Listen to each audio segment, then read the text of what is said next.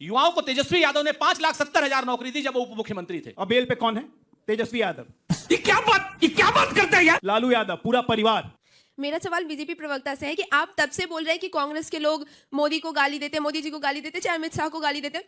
अभी आपने खुद अपने स्पीच में राहुल गांधी को हैबिचुअल क्रिमिनल कहा था। सर मेरा सवाल ये है आप लोगों से कि आप लोग आपस में ही लड़ते रहते हैं, हम इतनी दूर से बच्चे पढ़ने आते हैं, यहाँ कुछ सीखने आए इस मंच पे, बट आप दोनों की, मैं जब से स्पीच सुनी हिंदू मुस्लिम ऑलवेज यूज होता, खासकर कांग्रेस के नेता ये बात बिल्कुल सही कही, बीजेपी लोग मुस्लिम नहीं यूज करते, आप लोग मुस्लिम माइनॉरिटी यूज करते हैं, हर वक्त यूज करते हैं। मेरा क्वेश्चन ये सभी पार्टी से है कि जब जब बिहार में इलेक्शन आता है तो हमेशा कुछ ना कुछ भड़काव दे दिया जाता है जिसकी वजह से सब आपस में लड़ते रहते हैं, ना कि इसके अलावा शिक्षा रोजगार इस पे बात होता है। हम या जहाँ पे हमारा मुद्दा एक पढ़ाई पे होना चाहिए, इंडस्ट्री लगाने पे होना चाहिए, स्टार्टअप पे होना चाहिए, लेकिन जो भी डिबेट हम लोग देखते हैं, डिबेट का मुद्दा चाहे जो भी हो, वो भटक के हिंदू मुस्लिम पे ही आएगा। एक्चुअली 20 साल से बिहार पे राज करी है बीजेपी और जेडीयू, और अभी मौका है हमें बताने का उधर कि वो क्या करके दिए हैं हमें, वो आप पूरा हिसाब दीजिए 20 साल में क्या किए हैं। A few moments later.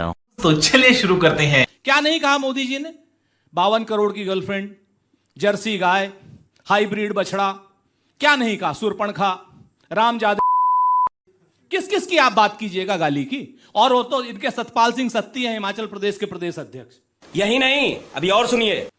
जो गाली मंच से कल दी गई बच्चों, वो गाली सतपाल सिंह सत्ती ने सोनिया गांधी और राहुल गांधी को खुलेआम एक बार नहीं, हमारे यहां तो वर्कर भी नहीं है, भारतीय जनता पार्टी का एजेंट है, लेकिन भारतीय जनता पार्टी के प्रदेश अध्यक्ष ने होगा, लेकिन हम उससे डिफेंड नहीं कर रहे हैं।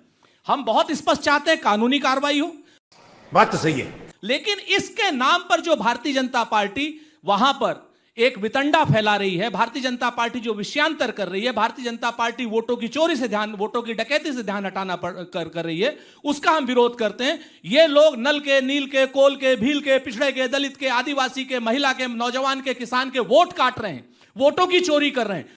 ये गड़बड़ है बाबा। वो इनकी चोरी ना पकड़ी जा सके, इसके लिए प्रधानमंत्री जी को आगे रख करके, प्रधानमंत्री जी की मरी हुई माता जी को, जिनको हम प्रणाम करते हैं, उनको आगे रख करके ये लोग एक बहुत ही निम्न स्तर की राजनीति कर रहे हैं। सही पकड़े हैं। आज तक संभल में 1948 से लेके आज तक जितने दंगे हुए, उसमें से 187 लोग एक्सपायर हुए, जिसमें 90 मुसलमान थे, बाकी हिंदू थे। ये रिपोर्ट है, हम नहीं कहते। खैर एनीवे, ये मुद्दा नहीं था। एक बिटिया ने अकाउंटेबिलिटी की बात करी। अकाउंटेबिलिटी बिल्कुल होनी चाहिए बेटा, इसमें कहीं कोई दो राय नहीं, हम आपसे पूरी तरीके से सहमत। लेकिन क्या हम भारतीय जनता पार्टी के कार्यकर्ता की अकाउंटेबिलिटी ले नहीं ले सकते ना। यही नहीं, अभी और सुनिए। हमने जब उसकी जांच की और हमने बताया कि पता चला कि वो भारतीय जनता पार्टी कार्यकर्ता है, हमने नौशाद की अकाउंटेबिलिटी तो ली। नौशाद ने 3 बार माफी मांगी है कल से लेके आज तक, उसके बाद भी हम कह रहे हैं सबकी अकाउंटेबिलिटी आप ले रहे हैं, राहुल गांधी की कब अकाउंटेबिलिटी लीजिएगा? फिर आप देखिए, फिर वही होगा। अब आप हाथ उठाइए, मैं आपको मौका दूंगी। सबसे बड़ी बात है कि जब अकाउंटेबिलिटी हमने नौशाद की ली, नौशाद ने 3 बार माफी मांगी, उसके बाद भी FIR हो रही, हम कह रहे हैं बिल्कुल होनी चाहिए। शाबाश। लेकिन उनका जवाब क्या होता है?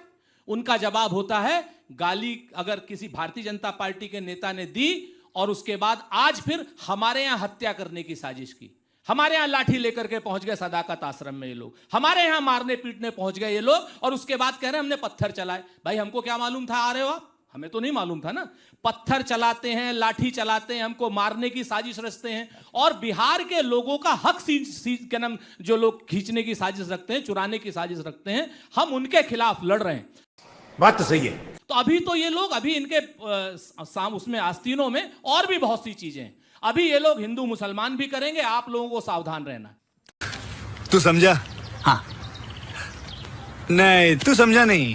सबसे पहला मुद्दा है क्यों ये विषयांतर करे? विषयांतर इसलिए कर रहे हैं कि नल, नील, कोल, भील, पिछड़े, दलित, आदिवासी के वोट काट सकें ये लोग, और वोट काटने के बाद वहां पर अडानी की एक सरकार बना सके, क्योंकि संसाधनों पर हक मूल रूप से अडानी को देना चाहते हैं। दलित को, पिछड़ों को, आप युवाओं को नौकरी नहीं देना चाहते, ये सीधे सीधे उनको देना चाहते हैं हक। ये क्या है? सीधा सा इनका ये है कि क्रॉनी कैपिटलिज्म की तरफ ये लोग ले जाना चाहते हैं देश को।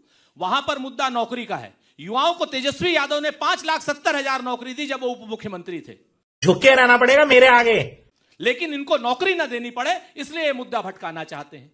वहां पर जो जिस तरीके से डोमिसाइल और सारी नीतियां आई, और अब बिहार के युवाओं को और नौकरी 10 लाख से ज्यादा मिलने की उम्मीद है। यहां पता नहीं बिहार के बच्चे कितने बैठे हैं। तेजस्वी जब आए थे तो बगैर किसी भेदभाव के नौकरी 5,70,000 नौकरियां वहां पर मिली थी। ताकि अब बच्चों को नौकरी ना मिले, बिहार को बिजली ना मिले, पानी ना मिले, कारखाना ना मिले। वाह क्या सीन है। बिहार को बिल्कुल उसी तरीके से जैसे 20 साल से नीतीश कुमार चला रहे हैं वैसा ही चलता रहे। इसलिए ये लोग आज की डेट में गाली के नाम पर प्रधानमंत्री जी के पीछे छुपना चाहते हैं। अगर इनको गाली पर क्या वो है तो निश्चित तौर पर प्रधानमंत्री की मां को भी और मेरी मां को भी जिन जिन ने गाली दी उनके खिलाफ कठोर धाराओं में कार्रवाई हो। अरे हम तो फकीर आदमी हैं, झोला लेके चल पड़ेंगे जी।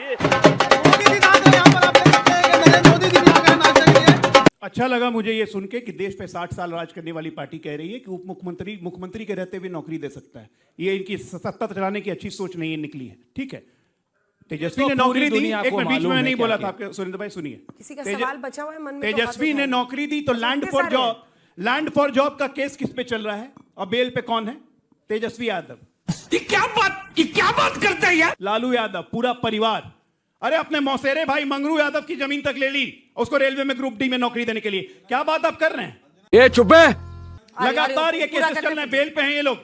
ये कोई स्वतंत्रता संग्राम की लड़ाई लड़के नहीं आए। ये पूरा का पूरा गांधी परिवार और ये लालू परिवार भ्रष्ट हैं, भ्रष्ट, जिनको पैसा खाने की बीमारी है।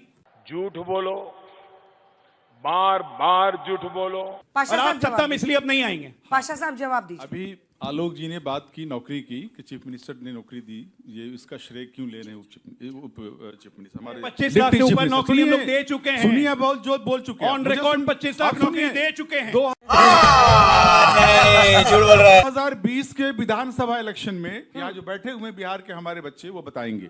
2020 के विधानसभा इलेक्शन में जब हमारे नेता श्री तेजस्वी यादव जी ने कहा कि हम 10 लाख युवाओं को नौकरी देंगे, और उस वक्त क्या कहा था हमारे नीतीश कुमार जी ने? उन्होंने कहा था कि कहां से लाएगा पैसा, अपने बाप के घर से लाएगा क्या? ये तेजस्वी यादव जी के लिए ये लफ्ज फिर कहे गए थे फिर से नीतीश कुमार की सरकार बनाने था। वही तेजस्वी यादव उन्होंने वादा पूरा किया कि हो गए नीतीश कुमार सरकार में सत्ता चाहिए थी, 5 लाख पैसा नहीं मिल रहा था। 17 महीने की सरकार में 5 लाख नौकरियां दी। और अभी तो रुको, क्लाइमैक्स अभी बाकी है। सवाल सबसे यही है कि हम गाली पे ये बात शुरू हो रही है और ये बात घूम फिर के माइनॉरिटी पे बार बार क्यों चल जा रही है, हिंदू मुस्लिम पे क्यों चल जा रही है? ये गड़बड़ है बाबा।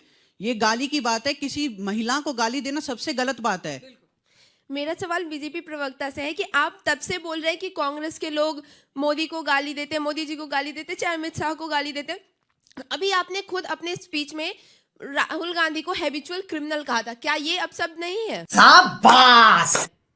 बिल्कुल नहीं है, इसलिए क्योंकि 4 बार कोर्ट में माफी मांगने। सर मेरा सवाल ये है आप लोगों से कि आप लोग आपस में ही लड़ते रहते हैं, हम इतनी दूर से बच्चे पढ़ने आते हैं, यहाँ कुछ सीखने आए इस मंच पे, बट आप दोनों की, मैं जब से स्पीच सुनी हिंदू मुस्लिम ऑलवेज यूज होता, खासकर कांग्रेस के नेता ये बात बिल्कुल सही कही कि बीजेपी लोग मुस्लिम नहीं यूज करते, आप लोग मुस्लिम माइनॉरिटी यूज करते हैं, हर वक्त यूज करते हैं। बात तो सही है। ये बात मैंने आज तक के स्टूडियो में बहुत बार सुनी, क्या आप इसका क्या जवाब देना चाहेंगे?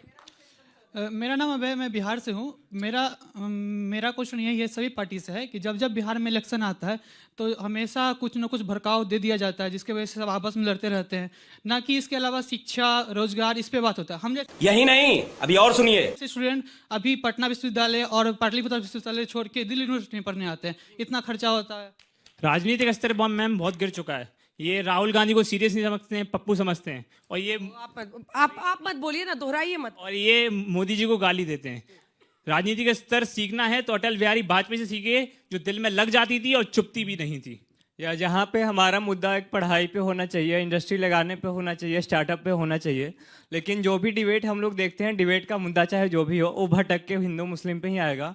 सही पकड़े हैं। और तो इस पे हम लोग, जैसे बिहार से बच्चे हैं हम लोग पटना विश्वविद्यालय को न चुन के दिल्ली विश्वविद्यालय चुनते हैं, क्योंकि पढ़ाई का स्तर बहुत ज़्यादा गिरा हुआ है।